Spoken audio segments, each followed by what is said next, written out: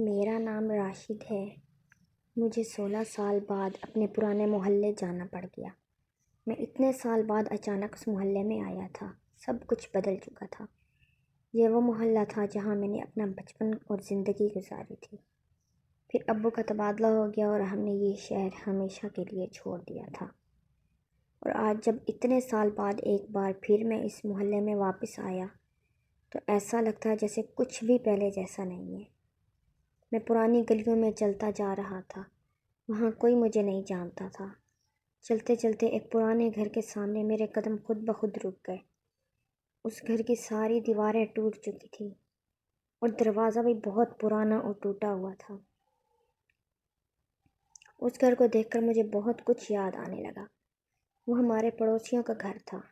وہاں 3 لوگ رہتے تھے، ایک شبانہ اور اس کی دادی اور ان کا ملازم۔ اور میں بچپن میں اکثر ان کے گھر کھیلنے جاتا تھا۔ پھر ہم لوگ ہمیشہ کے لیے یہ محلہ چھوڑ کر چلے گئے۔ شبانہ کی دادی بہت اچھی تھی، جو مجھے بیٹے کی طرح پیار کرتی تھی، اور میں بھی انہیں اپنی سگی دادی کی طرح سمجھتا تھا۔ مگر اب تو کچھ بھی نہیں رہا ہوگا۔ شاید اس کی شادی ہو گئی ہوگی اور اب تو اس کے بچے بھی ہوں گے۔ اتنے سال جو گزر چکے تھے، اور اس کی دادی تو اب یقیناً فوت ہو چکی ہوں گی، کیونکہ وہ تو اس وقت بہت بوڑھی تھی اور کمزور تھی، اور اب تو اتنے سال گزر گئے تھے۔ اور مجھے اس بات پر بھی یقین نہیں تھا کہ یہ گھر اب بھی انہی کا ہوگا یا پھر وہ گھر چھوڑ کر چلے گئے تھے۔ پھر بھی میں نے بے اختیار دروازہ کھٹکھٹایا۔ تھوڑی دیر بعد دروازہ کھلا اور جس نے دروازہ کھولا تھا اسے دیکھ کر میری سانس گلے میں اٹکنے لگی۔ میں صدمے اور حیرت سے اسے دیکھے جا رہا تھا۔ وہ شبانہ تھی، بالکل ویسی شبانہ جیسی میں اس کو چھوڑ کر گیا تھا۔ وہ بالکل نہیں بدلی تھی، اور نہ ہی اس پر وقت گزرنے کا کوئی اثر ہوا تھا۔ ابھی بھی وہ ویسی ہی خوبصورت تھی۔ مجھے دیکھ کر اس نے اداسی سے کہا، تم آ گئے، میں اتنے سالوں سے تمہارا انتظار کر رہی تھی۔ میں نے اس کی بات سن کر کچھ شرمندگی سے سر جھکا لیا اور معذرت کرتے ہوئے بولا، اس وقت حالات ہی کچھ ایسے تھے اور یہی وقت کا فیصلہ تھا۔ اور ہم چلے گئے۔ چلو ابھی یہیں کھڑے رہو گے یا اندر بھی آؤ گے؟ شبانہ کی بات پر میں اندر ان کے گھر چلا گیا۔ ان کا پرانا گھر بالکل ویسے تھا جیسے 16 سال پہلے تھا۔ کچھ بھی نہیں بدلا تھا۔ میں اندر جاتے ہوئے گھر کا جائزہ بھی لیتا جا رہا تھا۔ پھر چلتے چلتے میں اچانک ٹھٹک کر رک گیا۔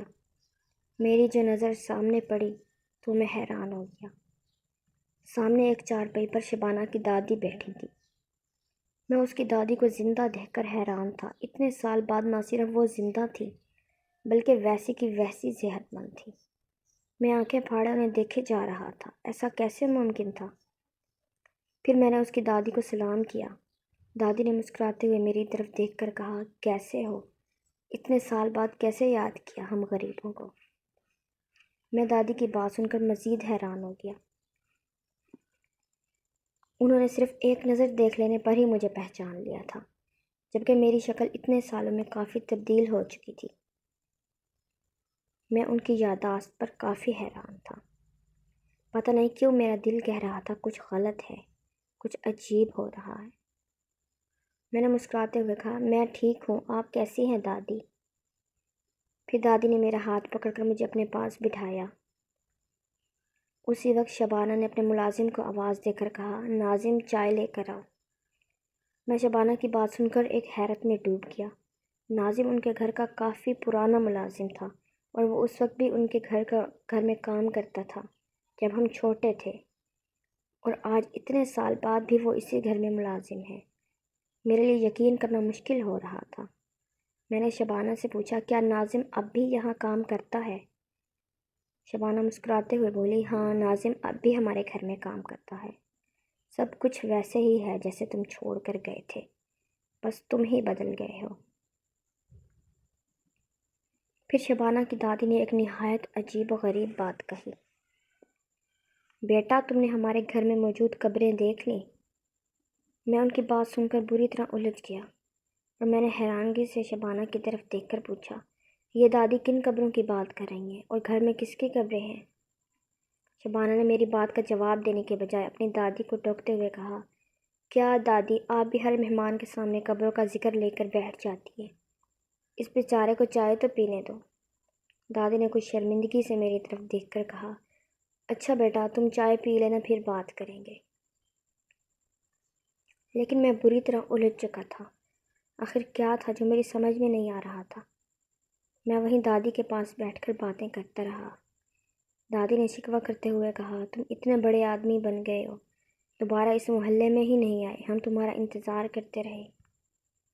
میں نے دادی کو سمجھاتے ہوئے کہا، دادی بس حالات ہی کچھ ایسے ہو گئے تھے کہ دوبارہ نہیں آ سکا۔ میرا بہت دل کرتا تھا میں آپ کے پاس آؤں، آپ سب سے ملوں۔ اچھا تمہاری امی ابو اور باقی بہن بھائی کیسے ہیں؟ میں نے مسکراتے ہوئے کہا، سب ٹھیک ہیں دادی، اور امی تو آپ سب کو بہت یاد کرتی ہیں۔ اتنے میں ان کے گھر کا ملازم ناظم چائے لے کر آیا تھا۔ میں ناظم کو دیکھ کر ایک بار پھر الجھ گیا، کیونکہ ناظم اب بھی ویسا تھا جیسے 16 سال پہلے تھا۔ وہ بالکل نہیں بدلا تھا اور نہ ہی اس کی عمر بڑھی تھی۔ میں سوچ رہا تھا کیا اس گھر میں رہنے والوں پر وقت گزرنے کا بالکل اثر نہیں ہوا تھا؟ سب کے سب ویسے ہی جوان تھے جیسے میں ان کو چھوڑ کر گیا تھا۔ اب تو مجھے یقین ہو گیا تھا کہ کچھ نہ کچھ تو عجیب ہے۔ ناظم نے چائے رکھ کر مجھے دیکھا اور خوش ہوتے ہوئے بولا، آپ اتنے سال بعد ہمارے گھر کا راستہ کیسے بھول گئے؟ وہ بالکل ویسا تھا، وہی آواز، وہی لہجہ۔ میں نے کہا، ناظم تم تو بالکل نہیں بدلے، اتنے سال بعد بھی بالکل ویسے ہی ہو جیسے پہلے تھے۔ اور میں چائے اٹھا کر پینے لگا۔ چائے کے دوران شبانہ اور ناظم بھی وہیں بیٹھ گئے اور میرے ساتھ باتیں کرتے رہے۔ میں دادی کے ساتھ بھی باتیں کرتا رہا۔ ہم سب کو پرانا وقت یاد آ رہا تھا اور پرانی باتیں یاد کرتے رہے۔ اسی دوران دادی نے ایک عجیب و غریب واقعہ سنایا۔ بیٹا، آج سے 7 سال پہلے 12 دسمبر 2004 کی صبح ہمارے گھر میں 2 چور آئے تھے اور انہوں نے ہم سب کو پکڑا اور گھر کا سارا سامان لے گئے۔ پھر ان چوروں نے ہم تینوں کو رسیوں سے باندھ دیا تھا اور بندوق نکال کر ہم تینوں کی طرف بڑھے۔ دادی واقعہ سناتے ہوئے رک گئی۔ میں سانس روکے ان کا واقعہ سن رہا تھا۔ پھر میں نے ان سے پوچھا، دادی پھر کیا ہوا؟ ان چوروں نے کیسے چھوڑا تھا آپ کو؟ میری بات سن کر دادی نے اداسی سے اپنا دوپٹہ سر پر لیا اور بولی، پتہ نہیں بیٹا آگے کیا ہوا تھا، مجھے کچھ یاد نہیں، اب بوڑھی ہو چکی ہوں، یادداشت بھی کمزور ہے۔ میں نے مسکرانے کی ناکام کوشش کی۔ کچھ دیر تک میں ان کے ساتھ باتیں کرتا رہا۔ پھر چائے پی کر میں جانے کے لیے کھڑا ہوا تو دادی، شبانہ اور ناظم بھی کھڑے ہوئے۔ پھر میں نے دادی اور شبانہ سے کہا، چلو میں اس وقت چلتا ہوں، اگر زندگی رہی تو پھر ملیں گے۔ پھر میں واپس جانے کے لیے مڑا تو دادی نے پیچھے سے آواز دے کر کہا، رک جاؤ بیٹا، قبریں تو دیکھتے جاؤ۔ میں نے کچھ الجھ کر دادی کو دیکھا۔ پھر دادی نے سامنے کی طرف اشارہ کرتے ہوئے کہا، بیٹا وہ رہیں قبریں۔ میں نے نظریں اٹھا کر دیکھا تو گھر کے پچھلے حصے کی طرف ایک درخت کے نیچے کچھ قبریں تھیں۔ میں بری طرح الجھ گیا کہ گھر کے اندر کس کی قبریں ہو سکتی ہیں، کیونکہ جب میں بچپن میں یہاں آتا تھا تب تو یہاں کسی کی قبریں نہیں تھیں۔ دادی نے کہا، چلو بیٹا چل کر دیکھ لو، سوچ کیا رہے ہو؟ دادی کی بات پر میں ان قبروں کی طرف جانے لگا۔ شبانہ، ناظم اور دادی بھی میرے پیچھے پیچھے آنے لگی۔